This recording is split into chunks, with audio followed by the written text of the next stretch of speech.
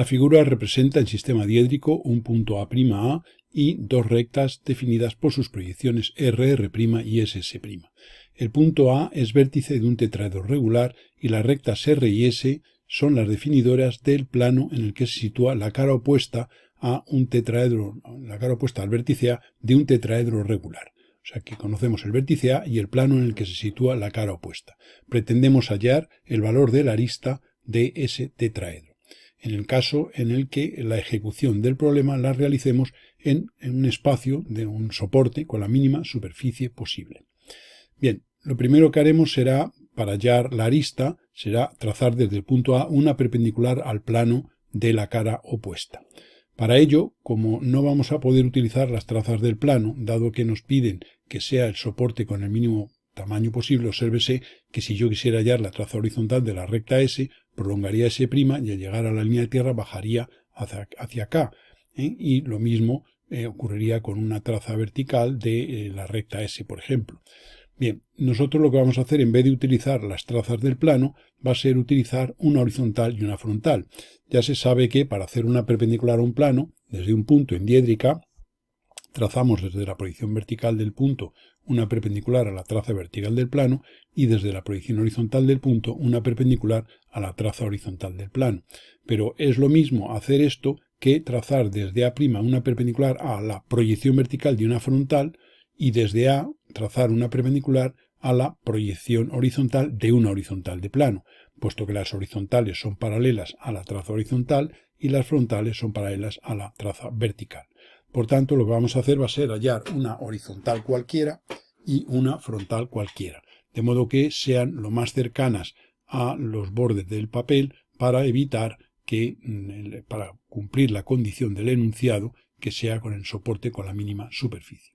Por eso, lo primero que hacemos es tomar una horizontal a una cierta altura, por ejemplo esta, y hallar la proyección horizontal de esa horizontal. Esto sería una H', y ahora donde R' corta en este punto referiríamos sobre R, y donde S' corta en este punto referiríamos sobre S. Aquí se puede ver, haríamos unas perpendiculares a la línea de tierra hasta cortar las correspondientes proyecciones R minúscula y S minúscula. Aquí tendríamos este punto y unidos determinan la horizontal de plano. Obsérvese que cuanto más subamos esta H', más garantizaremos que esta H es más alta y por tanto ocupa la ejecución menos superficie. O sea que esto, en vez de poner esta H aquí, la podríamos haber puesto, pues si queremos aprovechar hasta este extremo de la pantalla, pues podríamos haber hecho hasta esta altura. Hacemos esto para que se vea. Una vez que tenemos esta HH', vamos a hallar, digamos, una frontal. Para ello, desde un punto cualquiera hacemos la F. Por ejemplo, desde este punto vamos a hacer una paralela a la línea de tierra, que es como corresponde a toda frontal, y vamos a hallar la proyección vertical de esa frontal. Esta frontal la vamos a llamar F, este punto tiene aquí su proyección vertical, y ahora este de corte con S lo referiríamos sobre S' verticalmente, mediante una perpendicular a la línea de tierra sobre S', tendríamos aquí este punto, y este punto unido con este determina la proyección vertical de esa frontal. De modo que ya tenemos la horizontal y la frontal de plano.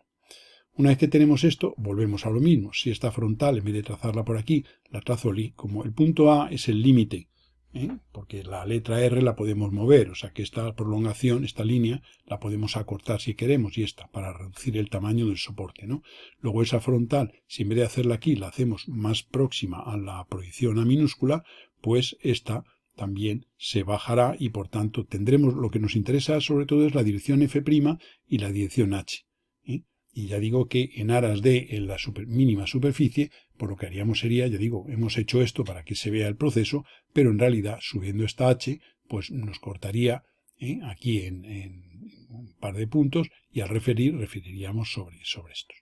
Bien, una vez que tenemos esto, vamos a hacer ahora la perpendicular al plano. La perpendicular será trazar por A una perpendicular a H, y esa será la proyección horizontal de la perpendicular, y por A' una perpendicular a F', y eso será la proyección vertical de la perpendicular.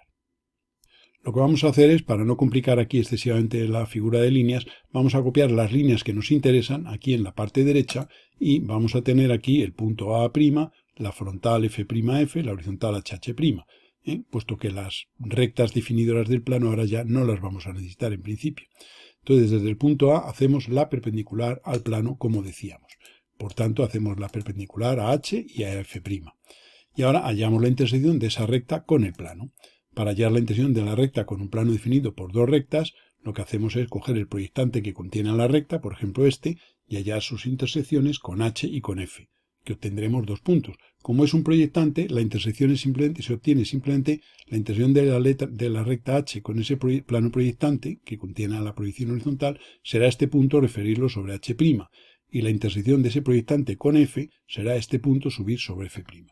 Esos dos puntos, o sea que subimos sobre H', y este sería una intersección de H con el proyectante, y la intersección de F' con el proyectante. Y uniendo estos dos puntos tenemos una recta, que es la intersección del plano proyectante con el plano definido por F y H, que es el mismo plano que habíamos definido, o que venía definido mediante los datos de las rectas R y S. A continuación, esta es la recta intersección de esos dos planos, estamos haciendo intersección de recta y plano. Esta recta corta la proyección vertical de la perpendicular en un punto, y ese punto es la intersección, digamos, I', de la perpendicular con el plano. Es decir, si hubiéramos hecho desde A una perpendicular al plano, ese punto I que tendríamos ahí sería este que hemos obtenido aquí en diédrica. Una vez que tenemos eso, ya podemos sacar la altura. Este es el punto I, y este segmento que va desde A hasta I es la altura del tetraedro. Y ese es el valor que nos interesa obtener aquí, puesto que a partir de esa altura nosotros vamos a sacar el dato de la arista del caso que se nos propone. Y entonces lo que tenemos que hacer ahora es hallar la verdadera magnitud del segmento AI. Para ello lo que haremos será hacer una perpendicular a la proyección horizontal, y en esa perpendicular llevaremos la diferencia de cotas entre el punto A y el punto I. Por eso desde esta I' hemos hecho esta horizontal, y esta es la diferencia de cotas. Esa diferencia de cotas la vamos a llevar en una perpendicular. Hacemos esta circunferencia de centro en A' y radio hasta este punto, y con centro en I' trasladamos esa circunferencia aquí. Ahora esta sería la diferencia de cotas, y uniendo este punto con este tendremos la altura del tetraedro. Esta altura que tenemos aquí es la que corresponde al tetraedro cuya arista queremos hallar. Y entonces nosotros ahora lo que haremos será hallar la arista de un tetraedro cuya altura de tetraedro, es decir, distancia de un vértice a la cara opuesta, sea este segmento que tenemos aquí en esta figura. Bien, pues lo que hacemos es construir un triángulo cualquiera, equilátero, y hallamos la sección principal del tetraedro que corresponde a esta arista. Claro, no sabemos qué arista corresponde a esta altura. Hacemos, como todos los tetraedros son iguales, todas sus secciones principales son iguales. Recuérdese que la sección principal de un tetraedro es la que contiene a una arista y al punto medio de la opuesta. Es decir, es un triángulo isósceles en que un segmento es la arista y los otros dos segmentos son alturas de cara. Entonces, conocidos los tres lados, si esta es la arista, y esta altura y esta altura son alturas de cara, pues hago un triángulo en el que un lado es este, otro lado es este y otro lado es este. Luego se ha construido un triángulo conocido sus tres lados. Hago este arco de centro en este punto y este radio, y tengo ese arco, y hago este otro arco de centro en el otro punto y este radio. Con lo cual esos dos arcos se cortan en un punto, y ya tengo aquí la sección principal, en el cual un lado del triángulo sección principal es la arista, y los otros dos lados son alturas de cara. La altura correspondiente a este punto o a este en ese triángulo representa la altura del tetraedro. Obsérvese que la sección principal sería esta. Es la arista, una altura de cara y otra altura de cara. Y entonces la altura correspondiente al vértice, a uno de los extremos de la arista, esta es la arista, pues esto es uno de los extremos. Si esta era la arista, este es uno de los extremos. Luego esta altura es la altura de este tetraedro, que hay una relación entre la arista y la altura del poliedro. Pero como sabemos, esta medida no corresponde con el valor de la altura de nuestro problema, que es este segmento. Por tanto, ¿qué vamos a hacer? Dado que todos los tetraedros son semejantes, sus secciones principales también lo serán.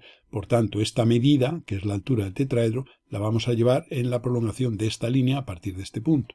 De modo que vamos a tomar aquí esta circunferencia de centro en este punto y este radio, y a partir de este punto, con centro aquí y con el mismo radio, la vamos a trasladar y vamos a ponerla aquí en esta posición. Alargaremos este segmento, que es la altura, alargamos hasta cortar a la circunferencia, es decir, es como si hubiéramos trasladado esta medida en esta dirección, y ahora una vez que tenemos este punto por él haremos paralela a este lado, para tener la sección principal correspondiente a, digamos, a nuestro caso. Y aquí tendríamos ya, esta sería la sección principal, este triángulo que tenemos aquí, y este segmento es la arista del tetraedro que nos proponíamos resolver. Aquí ahora podemos, si se quiere, pues vamos a trasladar todas las líneas de una figura a la otra, es decir, como si hubiéramos hecho todo en una misma figura. Nosotros lo hemos hecho aquí en dos partes, una la obtención de la HH' y de la FF', y luego ya la ejecución aquí en la parte derecha, y lo que vamos a hacer va a ser pasar los datos que teníamos aquí a esta figura y vamos a, digamos, tener todo como si hubiéramos hecho en una figura única la resolución del caso. Lo hemos hecho en dos figuras aparte, pues para que se entienda bien el proceso. Entonces aquí hemos enmarcado con un rectángulo azul, digamos, el espacio mínimo con el que nosotros hemos resuelto este caso. Obsérvese que todas las líneas necesarias para su resolución pues están incluidas dentro de este espacio que tenemos aquí.